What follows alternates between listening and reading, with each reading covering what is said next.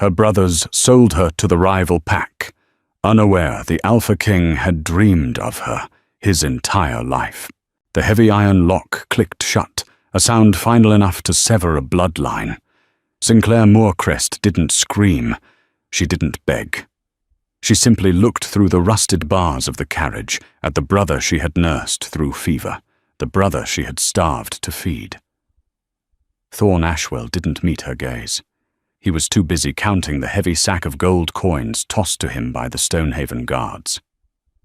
"It's just business, Sin," Thorn muttered to the rain-soaked earth. "The pack has to eat." But as the carriage lurched forward, dragging her toward the territory of the monsters, Sinclair knew the truth. She wasn't just sold, she was sacrificed. The rain in the Moorcrest territories always tasted of iron and rot. It was a dying land, governed by dying men with desperate ambitions. Sinclair Moorcrest sat in the corner of the rattling transport cage, her knees pulled to her chest, her thin linen dress offering no protection against the biting wind slicing through the wooden slats. She wasn't crying. Tears were a luxury the Omega of the Moorcrest pack could rarely afford. Instead, she was cataloguing her regrets.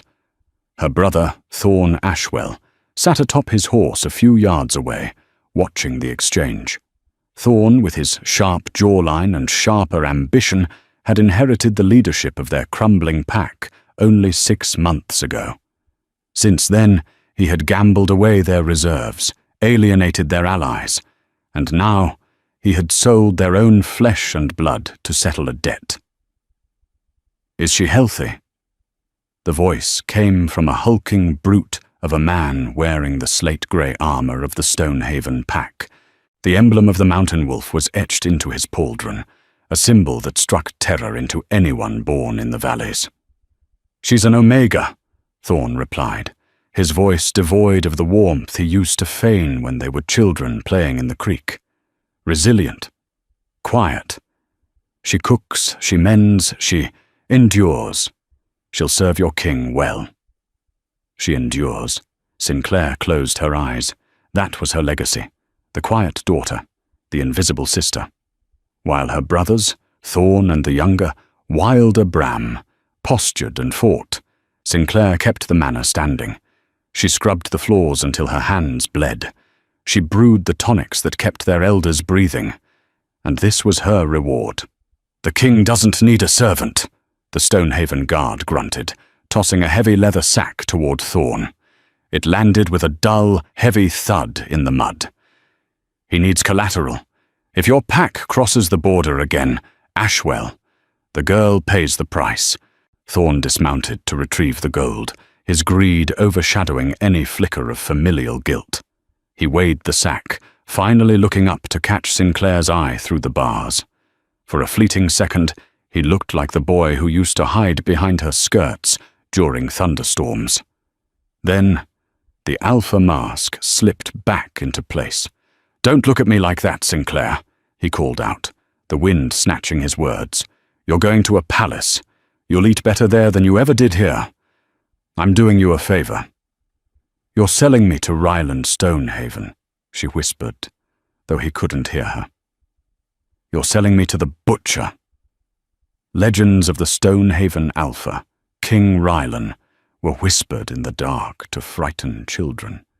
They said he was more beast than man, a shifter whose wolf had consumed his human soul. They said he was cold, unfeeling, a warrior who had united the northern territories through sheer brutality. He had no mate, no queen, only a fortress of ice and stone. The guard signaled the driver. The carriage lurched. Sinclair didn't look back at the crumbling manor of her ancestors. She didn't look at Thorn clutching his blood money. She looked forward, into the mist, her heart hammering a frantic rhythm against her ribs. She had spent her life being invisible to survive. Now, she was being delivered to the center of the spotlight, a hostage in a king's court. As the carriage crossed the boundary line, a visceral shift in the air pressure that made her ears pop. Sinclair felt a strange sensation wash over her. It wasn't fear, though she was terrified. It was a hum, a vibration in her very bones, as if a tuning fork had been struck deep within her chest. She rubbed her sternum, frowning. The air here was different. It didn't smell of rot. It smelled of pine, ozone, and something ancient. Something waiting. High above the valley, in the obsidian keep, Ryland Stonehaven stood on the balcony of his private quarters, overlooking the sprawling expanse of his kingdom. The wind whipped at his dark hair, but he didn't feel the cold. He rarely felt the cold anymore. My king? Ryland didn't turn. He knew the scent of his beta, Ulara Moore, well, before she even stepped into the room. Ulara was his aunt, a sharp-tongued, formidable woman who had served as his advisor since his parents were slaughtered in the Great War. "The payment has been delivered," Ulara said, her voice echoing in the vast stone chamber. The Moorcrest boy took the gold without hesitation. The hostage is crossing the bridge now. Ryland's grip on the stone railing tightened, his knuckles turning white. "I did not ask for a hostage, Ulara. I asked for their surrender." "A hostage ensures it," Ulara replied pragmatically, pouring herself a goblet of wine. "Thorn Ashwell is a snake. He will bite the moment our backs are turned. Holding his sister ensures his fangs stay sheathed." Ryland sighed, a deep, rumbling sound that seemed to vibrate from the stone floor. He rubbed his temples. The headache was back. The same headache that had plagued him for 5 years. "The dreams?" Ulara asked softly, her tone shifting from advisor to aunt. "Vivid," Ryland admitted. "Last night. It was clearer than ever." For 5 years, the Alpha King had been haunted, not by ghosts of the battlefield, but by a woman he had never met. In the dream, he was always running through a dense, silver fog. He could smell her, wildflowers and rain, and he could hear her breathing. Sometimes he saw flashes, a delicate wrist, a curve of a neck, eyes the color of storm clouds. But he never saw her face. The pull was agony. His wolf, a massive midnight black beast, paced restlessly within his mind, howling for a mate that didn't exist. The healers called it mate madness, a delusion of a lonely mind. But Ryland knew it was real.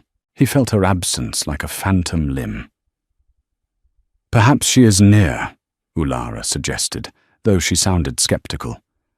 "The gathering is next month. Alphas from all territories will bring their eligible daughters." "It isn't a high-born lady, Ulara," Ryland growled, turning to face her. His eyes, a piercing amber, flashed with irritation. "The woman in the dream. She is in pain, she is trapped, and I cannot find her." A commotion from the courtyard below drew his attention. The heavy iron gates of the keep were groaning open. The carriage from the Moorcrest lands had arrived. Ryland looked down. From this height, the people were like ants. He saw the guards opening the back of the transport cage. A small figure stepped out. Even from hundreds of feet up, he saw she was slight, dressed in rags that fluttered in the wind. Then, the wind shifted. It carried the scent up the mountain face, swirling over the balcony, hitting Ryland with the force of a physical blow. Wildflowers, rain, sorrow. Ryland froze. His heart stopped, then restarted with a violent kick that knocked the breath from his lungs. His inner wolf slammed against his ribcage, roaring a single word that shattered his composure. "Mine. My king." Ulara stepped forward, alarmed by the sudden tension radiating off him. "Ryland, your eyes have gone black."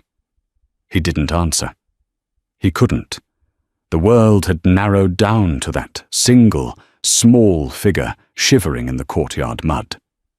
The woman from the mist. The ghost that had haunted his sleep for 5 years. She was here. and she smelled like fear. Without a word to his aunt, Ryland Stonehaven vaulted over the balcony railing. It was a 40-foot drop to the lower terrace, but he landed in a crouch, the stone cracking beneath his boots, and immediately broke into a sprint toward the courtyard. Sinclair stumbled as she was pulled from the carriage. Her legs were numb from the cramped journey. The courtyard of the Obsidian Keep was terrifying, walls of black stone that seemed to scrape the sky, filled with warriors who looked at her with a mix of curiosity and disdain. "Move it, Wolfless," a guard muttered, shoving her shoulder. Sinclair barely kept her footing. She kept her head down, staring at the muddy cobblestones. "Invisibility is survival," she chanted internally. "Don't look them in the eye. Don't speak unless spoken to." Suddenly, the bustling noise of the courtyard died. Silence fell like a guillotine. The guard who had shoved her gasped and dropped to one knee. Sinclair sensed the shift in the air, the static charge of immense power approaching. The puddle in front of her face rippled from heavy, approaching footsteps. A pair of black leather boots stopped inches from her nose. Sinclair stopped breathing. The aura radiating from this man was suffocating. It was dark, heavy, and smelled of wood smoke and something undeniably masculine. It compelled her to submit, to bare her neck, to cower. But it also compelled her to lean in. "Look at me." The voice was low, rough, like gravel grinding together. It wasn't a request. Trembling, Sinclair defied every instinct telling her to flee and slowly lifted her head. She looked up, and up. He was massive. Broad shoulders spanned a chest covered in a black tunic. His face was sharp angles and rough stubble, a warrior's face, scarred and hardened. But it was his eyes that pinned her in place. They were amber, burning with an intensity that made her skin prickle. Ryland stared at her. He felt as if the ground had dropped out from under him. It was her. The grime on her face couldn't hide the curve of her jaw. The rags she wore couldn't disguise the scent that was currently driving his wolf into a frenzy. This was the woman he had dreamed of. But she was broken. He saw the bruises on her wrists where the manacles had been. He saw the hollowness of her cheeks, the haunted look in her storm-grey eyes. She wasn't a queen arriving to be claimed. She was a prisoner sold for a bag of gold. Rage, hot and blinding, surged through him. Not at her, at the world that had dared to touch what belonged to him. "Who did this to you?" Ryland demanded. His voice was too loud, too aggressive. Sinclair flinched, interpreting his rage as directed at her. She shrank back, curling in on herself. I am sorry, Alpha. I am Sinclair Moorcrest. I am the payment." The payment. The words sliced through Ryland. He looked at the guard who had brought her. "You chained her." The guard, sensing the lethal shift in his king's mood, stammered. Standard protocol for hostages, sire." Her brother said. "Her brother," Ryland snarled, "is a dead man walking." He turned back to Sinclair. He wanted to reach out, to touch her face, to verify she was real, but he saw the terror in her eyes. She thought he was the monster the stories claimed. If he touched her now, with his control hanging by a thread, he might frighten her to death. He had to get her away from the guards. He had to hide her until he could understand why the fates had given him a rival's sister as his soulmate. "Verity!" Ryland bellowed, his voice echoing off the walls. A woman with kind eyes and hair the color of autumn leaves hurried forward from the infirmary wing. She was the pack's head healer, and one of the few people who didn't fear Ryland. "Take her," Ryland ordered, gesturing to Sinclair.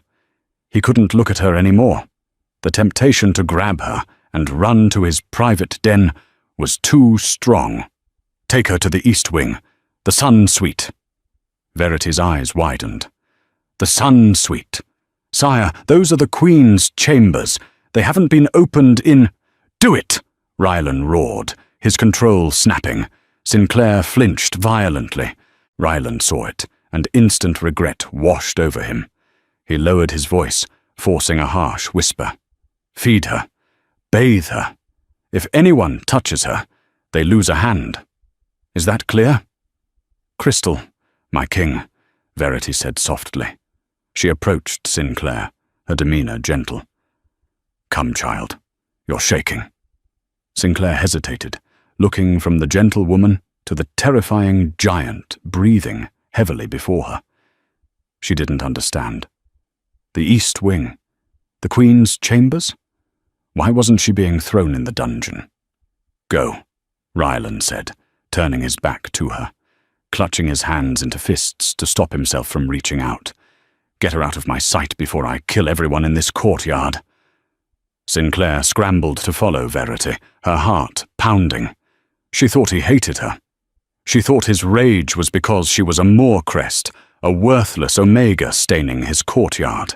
She didn't see Rylan collapse to his knees the moment she turned the corner, his hand clutching his chest where his heart was beating a frantic, joyous, terrified rhythm. Verity Ashcourt led Sinclair through corridors of polished obsidian and tapestries of silver thread. The castle wasn't a dungeon, it was a masterpiece, but to Sinclair it was just a prettier cage. He didn't mean to scare you, Verity said quietly as they climbed a winding staircase. The king, he is intense, but he is not cruel. He looked like he wanted to tear my throat out, Sinclair whispered, hugging her elbows. Verity smiled enigmatically. No, dear. That was the look of a starving man seeing a feast for the first time. Though I admit I've never seen him quite like that. They reached a set of double doors made of white oak, the only bright wood Sinclair had seen in the fortress. Verity pushed them open. Sinclair gasped. The room was enormous. A wall of glass overlooked the valley, letting in the golden light of the setting sun. There was a bed large enough for 5 people, draped in silk and furs. A fire crackled in a marble hearth. It smelled of lavender and safety. This is a mistake, Sinclair said, backing up. I'm a hostage. I'm supposed to be in a cell. You are a guest of the king, Verity corrected, guiding her inside. And Rylan Stonehaven does not keep guests in cells. Verity bustled about, ordering unseen servants to bring hot water and food. Within an hour, Sinclair was scrubbed clean of the road's mud, soaking in a copper tub that cost more than her brother's life. As she sank into the hot water, washing away the scent of the Moorcrest misery, she thought of the Alpha's amber eyes. She felt that hum in her chest again, stronger now. She was clean. She was fed. She was in a palace. But as she looked at the heavy lock on the oak door, she remembered Thorn's words. I'm doing you a favor. She was a bird moved from a rusty cage to a golden one. But she was still a bird, and the hawk outside the door was hungry. Sinclair sank beneath the water, holding her breath, wondering how long she could hide from the monster who looked at her as if she were the only living thing in the world. She didn't know that 3 floors down, in the war room, Rylan Stonehaven was pinning a map of the Moorcrest lands to the table with a dagger. Prepare the Legion, Rylan told Ulara, his voice deadly calm. For defense? Ulara asked. No, Rylan said, staring at the border where Sinclair had been sold. For retribution. They hurt her. They starved her. And now I am going to burn their world down around them. The sun that hit the sun sweet did not feel like the sun Sinclair knew. In the Moorcrest valleys, light was something to be hoarded, a rare, sickly break in the grey canopy of dying oaks. Here, at the peak of the Stonehaven territory, the morning light was violent, dazzling, reflecting off the snow-capped peaks and flooding her room with an exposure that made her want to hide under the massive down duvet. Sinclair had not slept well, despite the silk sheets that felt like cool water against her skin. Every creak of the castle settled into her bones as a threat. She had spent half the night staring at the fire, waiting for the door to open, waiting for the Alpha King to claim his property. But the door had remained shut, the heavy iron lock a silent sentinel. She woke to the sound of the heavy oak door unlocking, but it wasn't the stealthy click of a predator. It was the sharp, authoritative snap of a key turning with purpose. She scrambled upright, clutching the sheet to her chest, her heart hammering a frantic rhythm against her ribs. Instead of the king, a woman swept in. She was tall, statuesque, with hair the color of spun gold pinned back in a severe, intricate braid that looked like a crown. Her eyes were shards of ice, cold and assessing. She wore a gown of deep emerald velvet that hugged curves honed by both luxury and training, the fabric rustling like dry leaves. This was not a servant. This was a predator in silk. "So," the woman said, her voice a perfectly tuned instrument of disdain. She didn't bow. She didn't introduce herself. She simply walked to the foot of the bed and looked Sinclair up and down as if inspecting livestock at a discount auction. "This is the creature that cost us a sack of gold and the king's dignity." Sinclair stiffened. The insult acted like a spark to dry tinder, her pride flickering to life despite her fear. She had been sold, yes, but she was still the daughter of an alpha line, however fallen. "I am Sinclair Moorcrest." "I know who you are," the woman dismissed with a lazy wave of a manicured hand. "I am Lady Wendelaine Fairvale. My father commands the King's Western Legion. I, in turn, command the social order of this keep. And you, little Omega, are a disruption." Wendelaine began to circle the bed, her fingers trailing over the carved wood posts, invading Sinclair's sanctuary. King Rylan, is a man of specific tastes. He needs a queen who can stand beside him in war, who can shift into a beast that rivals his own. He does not need a mouse that requires a gilded box to survive. Do not mistake his pity for affection, girl. He put you here because he doesn't know where else to put a broken thing. Sinclair lowered her gaze, gripping the sheets until her knuckles turned white. "I didn't ask to be here, Lady Fairvale. I was sold by my own blood. If I am a disruption, blame my brother, or blame your king for buying me. I am merely the currency." Wendelaine stopped, her eyes narrowing. She hadn't expected the mouse to squeak. "Careful," she hissed, leaning in closer. "The king may have forbidden the guards from touching you, but accidents happen in a castle this large. Stairs are steep, stone is hard, and Omegas are so very fragile." She snapped her fingers, the sound echoing like a gunshot in the large room. Two maids hurried in, heads bowed, carrying a tray of food and a pile of clothing. "Get dressed," Wendelaine commanded, checking her nails. "The king demands your presence for the midday meal. Try not to look so destitute. It reflects poorly on the pack's investment." With a final, withering sneer, Wendelaine swept out, leaving the scent of expensive rose oil and malice in her wake. Sinclair looked at the clothes the maids had laid out. They were beautiful. Soft wools in shades of slate and silver, the Stonehaven colors embroidered with subtle thread that caught the light. But as she dressed, fumbling with the unfamiliar clasps, she felt the weight of Wendelaine's words. Pity. Of course it was pity. Why else would a king look at her? She was a bargaining chip, a charity case. When the guards escorted her to the dining hall, Sinclair kept her head high, though her knees knocked together beneath the heavy skirts. The hall was a cavernous space, dominated by a long table made of black ironwood, polished to a mirror shine. Tapestries depicting great wolf battles hung from the ceiling, dwarfing the occupants. Rylan sat at the head of the table, He looked more like a part of the architecture than a man, immobile, massive, carved from shadow and stone. He was reading a scroll, his brow furrowed, radiating that same intense, dark energy she had felt in the courtyard. He looked up as she entered. The scroll crumbled in his fist, the parchment groaning under the pressure. For a moment, neither spoke. Ryland took in the sight of her. Clean, dressed in his colours, her hair falling in soft, dark waves around her face. She looked like a queen. His queen.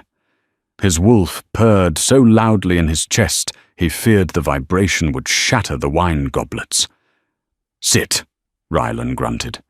The word came out harsher than he intended, because he was using every ounce of his willpower to suppress the urge to run to her, pull her into his lap, and scent her neck until the smell of the Moorcrest pack was gone forever. Sinclair sat at the far end of the table, at least 20 feet away. Ryland stared at her. "Closer," he commanded. She moved one seat up. Ryland sighed, a deep, rumbling sound that echoed like a distant rock slide. "Sinclair, I am not going to eat you. Sit here." He pointed to the chair at his immediate right hand, a seat of honor. Trembling, she obeyed.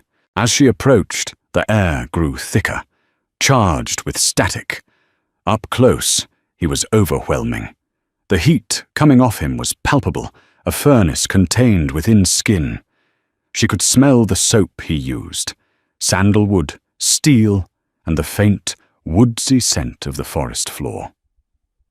"Did you sleep?"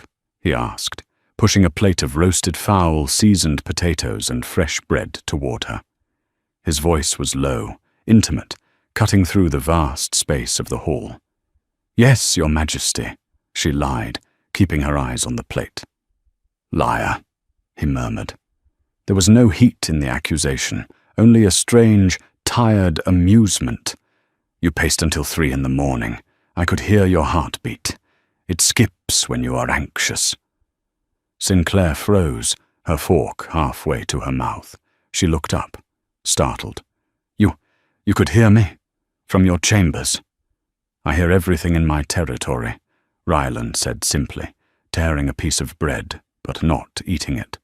His amber eyes were locked onto hers, reading every micro-expression. "But I hear you, clearly. It is distinct." Sinclair flushed. "I am sorry if I kept you awake." "You didn't," Ryland said. "Because I haven't slept in 5 years," he didn't say. "Verity tells me you are skilled in herbology. You identified the salve she used on your wrists before she even opened the jar." I had to be," Sinclair stammered, feeling the intensity of his focus. "Our healer died years ago. We couldn't afford another. I read his books. I did what I could for the pack." "We have a vast library," Ryland said. "The archives of the Northern Alphas going back centuries. It is yours to use. You are not a prisoner, Sinclair. I want you to understand that. You are under my protection." Sinclair put her fork down. The metal clinked sharply against the china. "For how long?" she asked, her voice quiet but steady. "Until my brother pays the debt? Or until I serve whatever purpose you bought me for? Gwendoline made it clear I am an investment." Ryland's jaw tightened. A muscle feathered in his cheek. "Gwendoline speaks when she should listen. I did not buy you for a purpose, Sinclair. I bought you to save your life. Do you think I don't know what Thorn was planning? He was going to sell you to the Southern slavers if I didn't take the deal. I bought your freedom." "You bought my transfer," she corrected him, the words tumbling out before she could stop them. "Freedom doesn't have a lock on the door." Ryland stared at her, stunned by her defiance. Most wolves cowered before him. Even his generals hesitated to meet his gaze when he was in a mood. But this small, fragile Omega, who had been beaten down by life and starvation, was looking him in the eye and challenging him. A slow, terrifyingly attractive smile spread across Ryland's face. It transformed him from a statue into a man. "Fair point," he rumbled. He reached into his tunic and pulled out a heavy iron key on a velvet ribbon. He slid it across the table until it rested against her hand. "The key to your suite. Lock it from the inside, if you wish. Or leave it open. Throw it out the window. The choice is yours." Sinclair stared at the key. It was cold and heavy. She looked back at him, confused. "Why?" she whispered. "Because," Ryland said, his voice dropping to a husky timbre that sent shivers down her spine. "I have waited a very long time for someone who isn't afraid to speak the truth to me. I would hate to lock that away." Weeks passed, and the Obsidian Keep began to feel less like a prison and more like a puzzle Sinclair was slowly solving. The rhythm of the castle was different from the chaotic desperation of Moorcrest. Here there was order, there was food, there was safety. She avoided Wendelin Fairvale, who watched her from shadows with eyes like daggers, and spent her time in the library or the infirmary, helping Verity. The healer had become a tentative friend, teaching Sinclair the properties of the mountain herbs that grew in the high altitude. Rylan was a constant, looming presence. He didn't summon her again, but he was always there. If she was in the library, she would find a fire already roaring in the hearth and a fresh pot of tea waiting, her favorite blend, chamomile and honey. If she walked in the gardens, she would sense eyes on her from the balconies above. He was courting her, though she didn't recognize it. To her, it felt like being stalked by a very large, very polite apex predator. He left things for her. A warm fur cloak on a bench when the wind picked up. A rare book on botany left on her nightstand. He never handed them to her directly, as if he feared she would flinch away. One afternoon, the sky turned a bruised purple, threatening a mountain storm. Sinclair was in the castle gardens, a sprawling labyrinth of winter-blooming moonflowers, hardy pines, and jagged rock formations. She was kneeling in the dirt, examining a patch of wolfsbane that had been trampled. "It wasn't an accident," a deep voice said from above her. Sinclair jumped, nearly dropping her trowel. Rylan was standing on the stone path, wearing a heavy fur-lined cloak that made him look even broader than usual. He looked tired. The shadows under his eyes were dark purple bruises. "My king," she breathed, scrambling to stand and dusting the soil from her skirts. "Don't," he said, waving a hand. "Stay. You'll look peaceful." "I am looking at the wolf's bane," she explained, gesturing to the crushed plants. "Someone stepped on these deliberately. The roots are severed. It takes force to do that." "Wendelin," Ryland sighed, rubbing the bridge of his nose. "She has a petty streak. She knows you favor the gardens. She thinks if she destroys what you like, you will wither and leave." "She hates me," Sinclair stated. "She fears you," Ryland corrected. He stepped off the path, his boots sinking into the soft earth, moving into her personal space. The garden seemed to shrink until it was just the two of them, enveloped by the scent of ozone and pine. "She fears what you represent. And what is that?"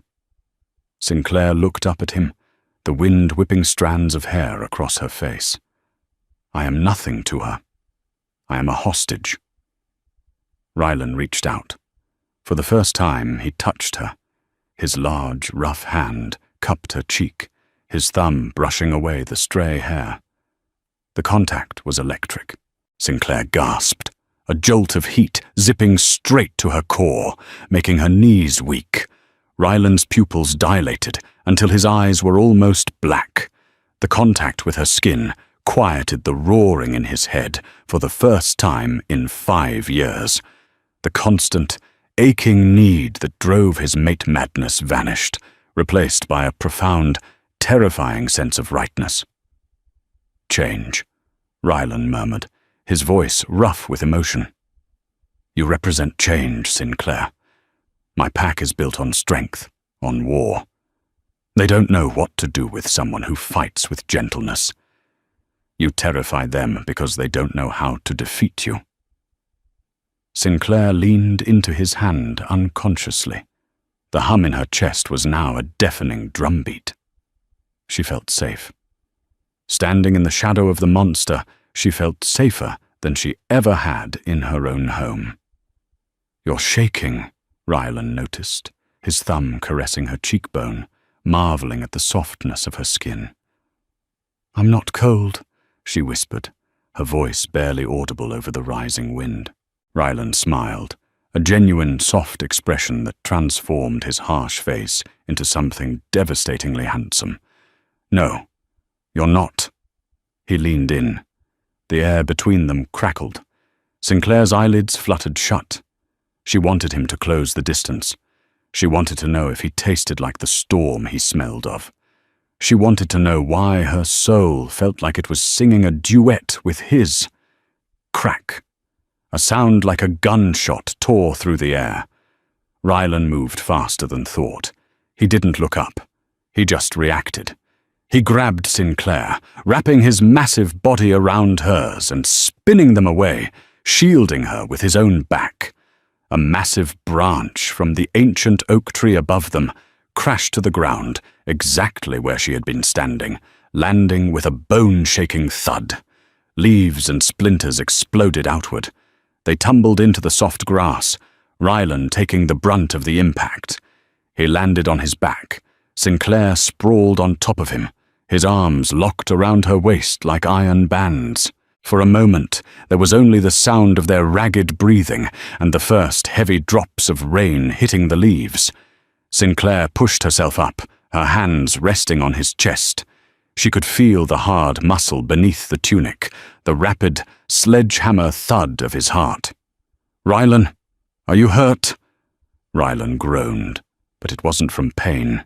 Having her pressed against him, her soft curves against his hardness, her scent filling his nose, was agony of the best kind.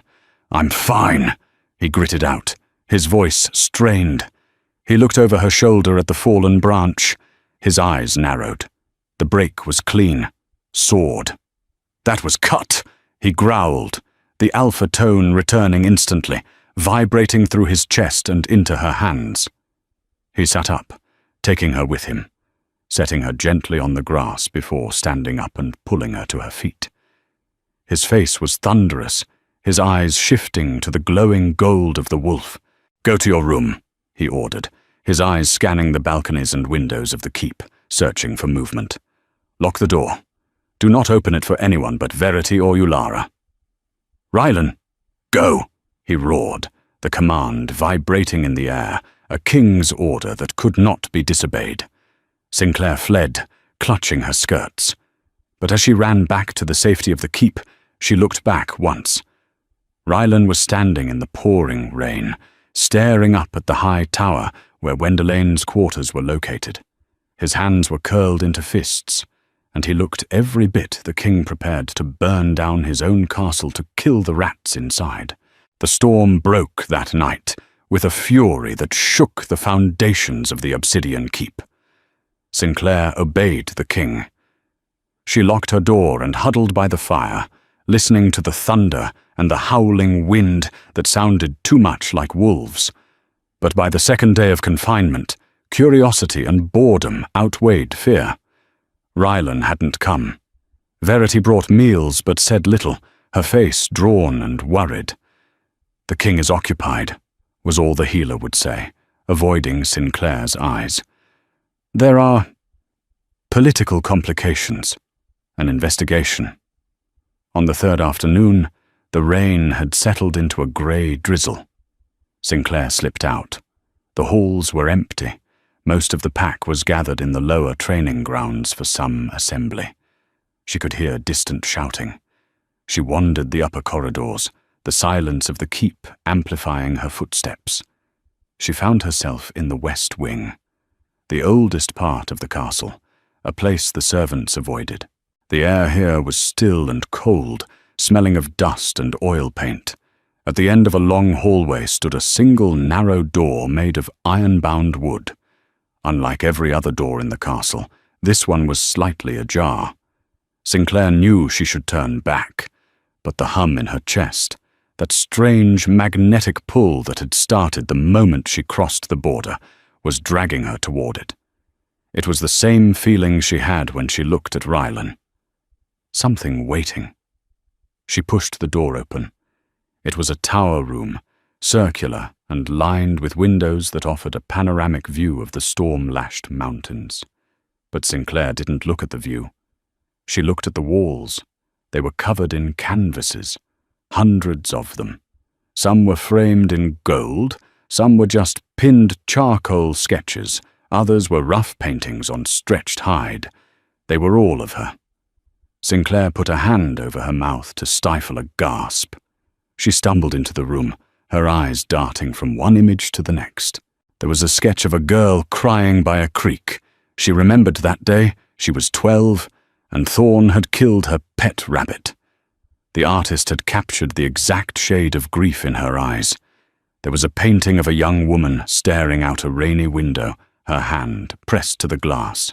She did that every time it rained, wishing for a way out of Moorcrest.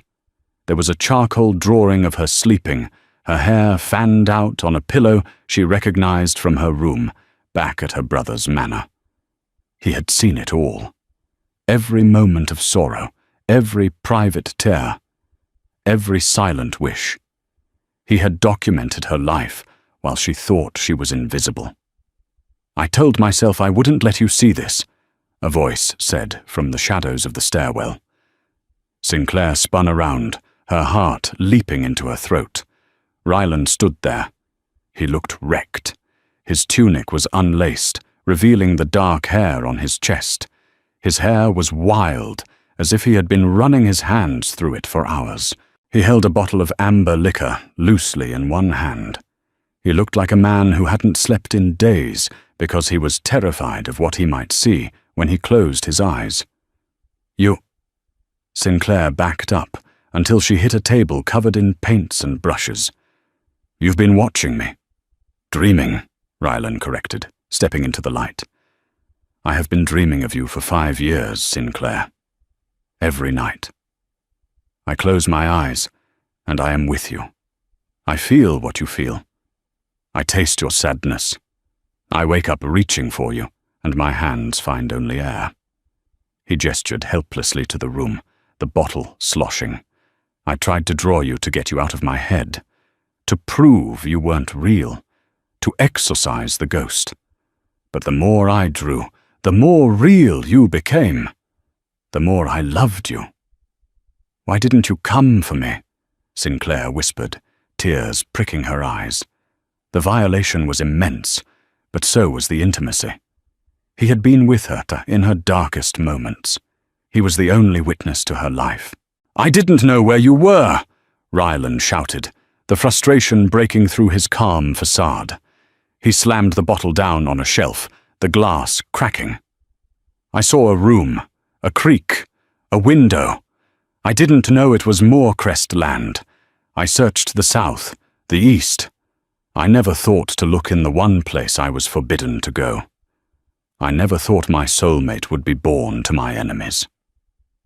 He crossed the room in 3 long strides, stopping inches from her.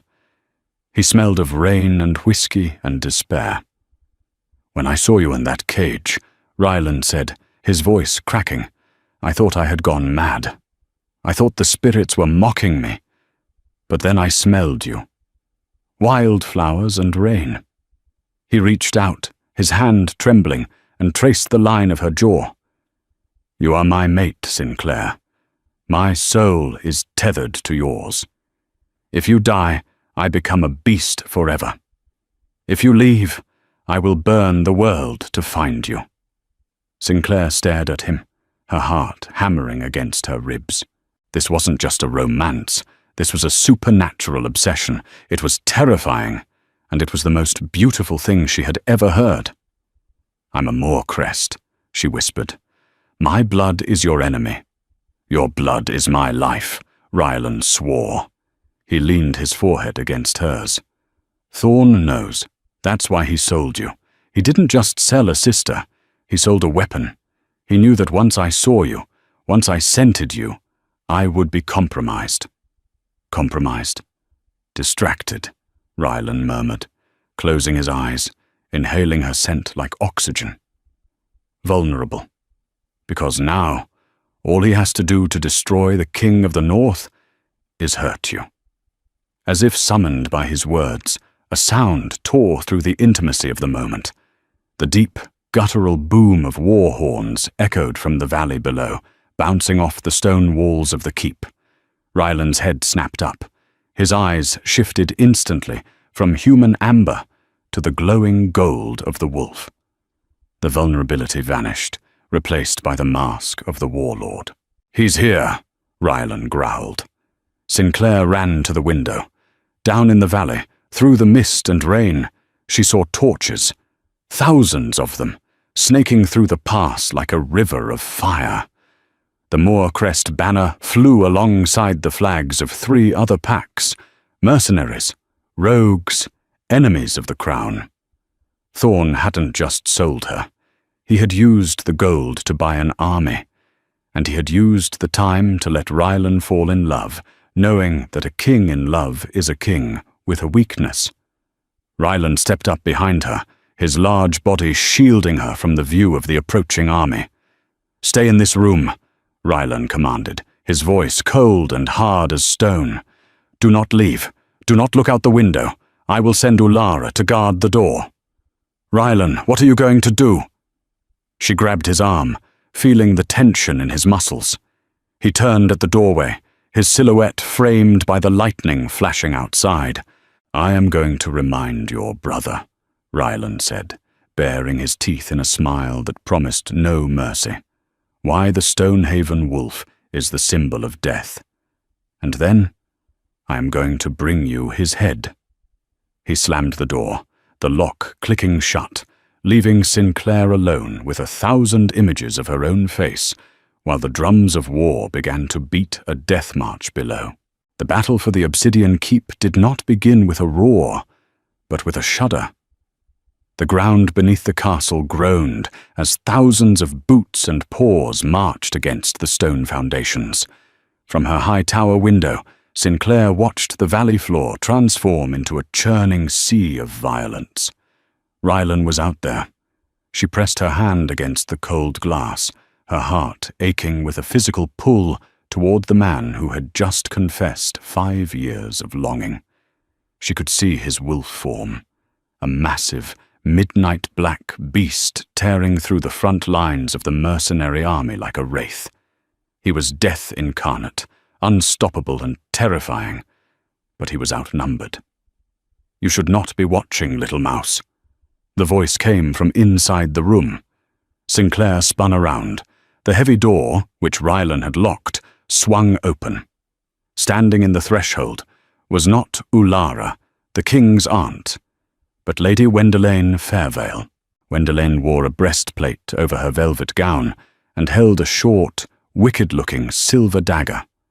Her eyes were bright with madness. "Where is Ulara?" Sinclair demanded, backing toward the easel. Distracted, Wendelane smiled, stepping over the threshold. "My father's men are securing the West Wing. It seems there is a breach in the defenses. A perfect time for an unfortunate accident to befall the king's distraction. You would betray your own pack." Sinclair grabbed a jar of turpentine from the table, her hands shaking. "Ryland will kill you." "Ryland will mourn you," Wendelane corrected, advancing slowly. "And then he will rage. He will destroy your brother's army in his grief, and when the dust settles, he will need a queen to help him rebuild. A strong queen, not a broken Omega from a traitor bloodline." Wendelane lunged. Sinclair didn't think. She reacted with the desperation of a cornered animal. She threw the open jar of turpentine into Wendelane's face. The lady shrieked, clawing at her burning eyes. Sinclair didn't wait. She grabbed a heavy canvas, a painting of herself sleeping, and brought it down on Wendelaine's head with a sickening crack of wood against bone. Wendelane crumbled to the floor, unconscious. Sinclair stood over her, chest heaving. The mouse had bitten back. But there was no time for victory. The sounds of battle were getting closer.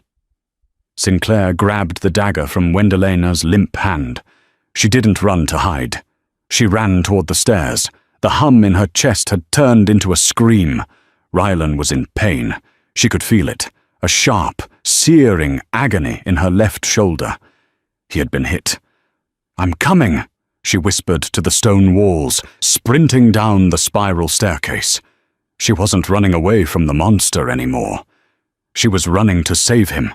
The courtyard of the obsidian keep had been breached. The massive iron gates hung askew, battered open by a battering ram. The snow was stained crimson. Sinclair emerged from the keep into chaos. The air smelled of copper and wet fur. She ducked behind a fallen statue as two wolves, one grey, one brown, tore at each other inches from her. She scanned the battlefield, her soul acting as a compass. There. Near the broken gates, the massive black wolf was surrounded. Rylan was fighting with the ferocity of a demon, but he was tiring. A spear was lodged in his shoulder, the source of the pain Sinclair felt. Encircling him were a dozen elite soldiers bearing the Moorcrest crest, and behind them, safe on a horse, sat Thorn. "Finish him!" Thorn screamed, his face twisted in a rictus of greed. "The head of the Beast King brings a double share of gold."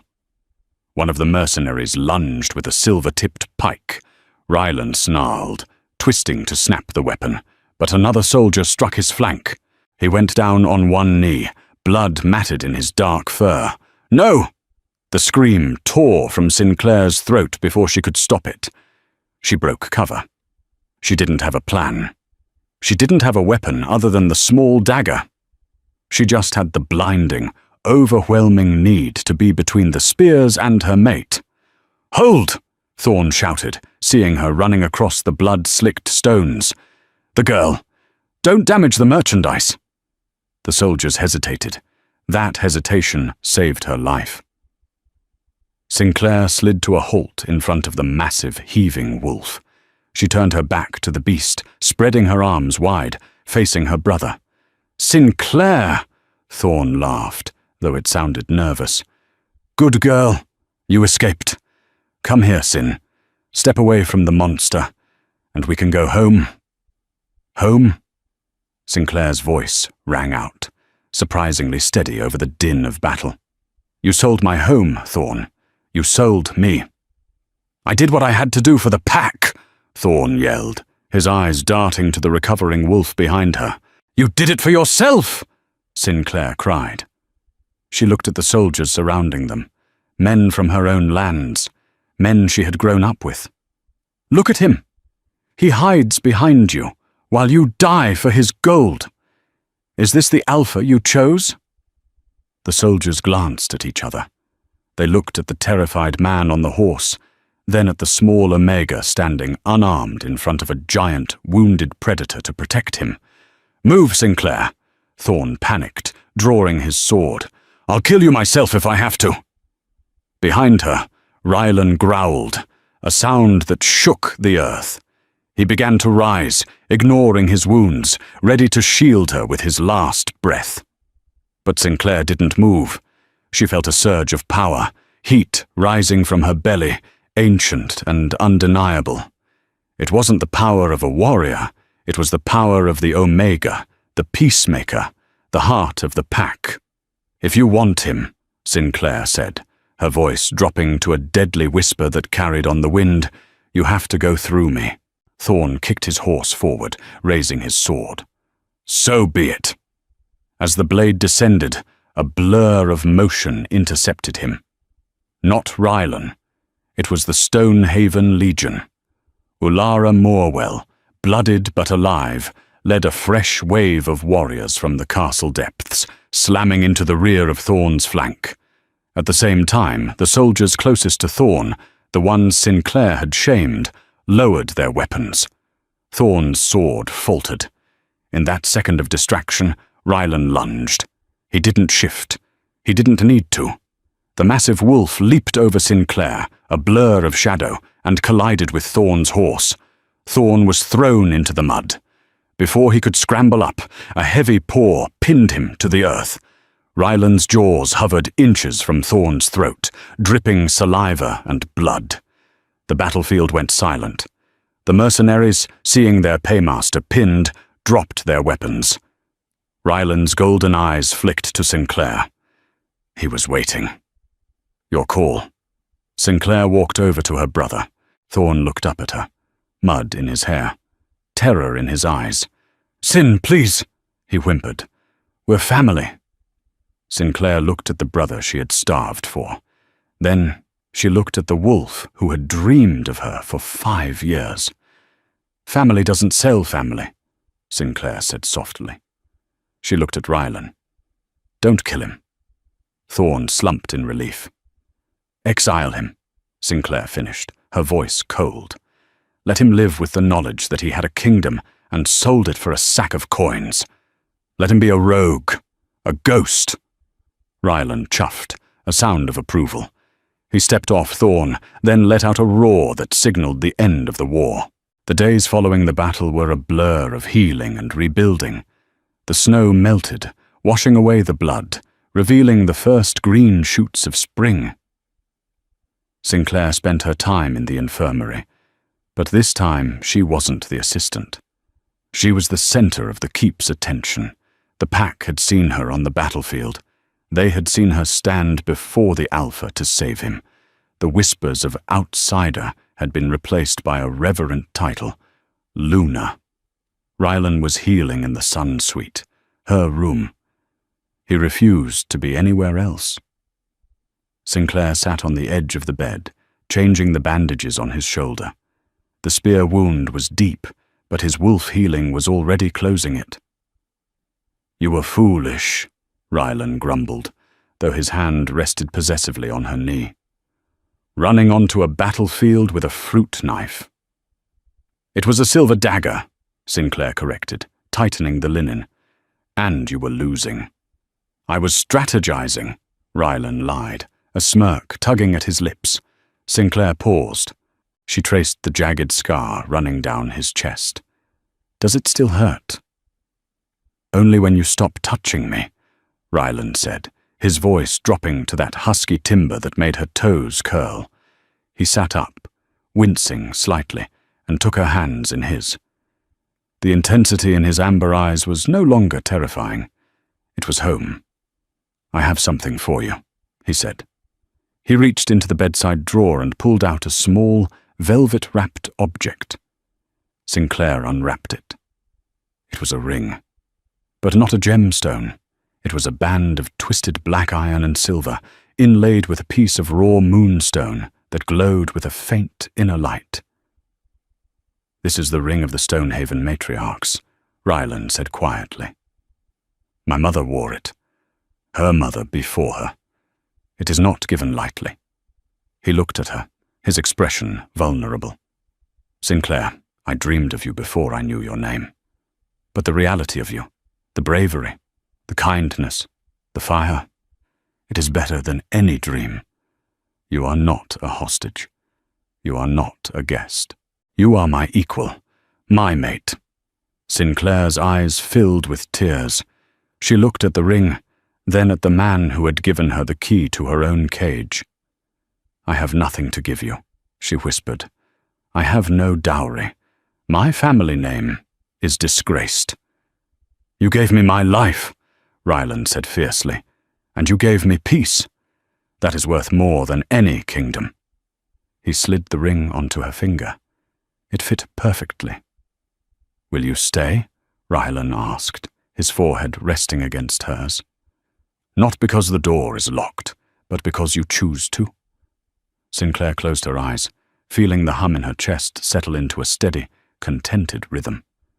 The pulling was gone. She had arrived. I choose you, she whispered. Today. tomorrow, forever. Rylan kissed her then, a kiss that tasted of wildflowers, rain, and a promise kept. Sinclair Moorcrest was never just a girl sold for gold. She was the price of a prophecy, the balance to a beast's fury.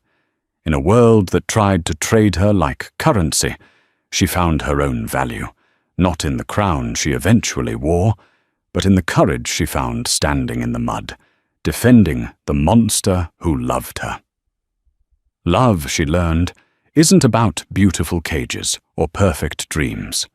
It's about finding the person who hands you the key and dares you to fly, knowing you'll always fly back to them. Rylan Stonehaven dreamed of a girl in the mist, but he woke up to a queen.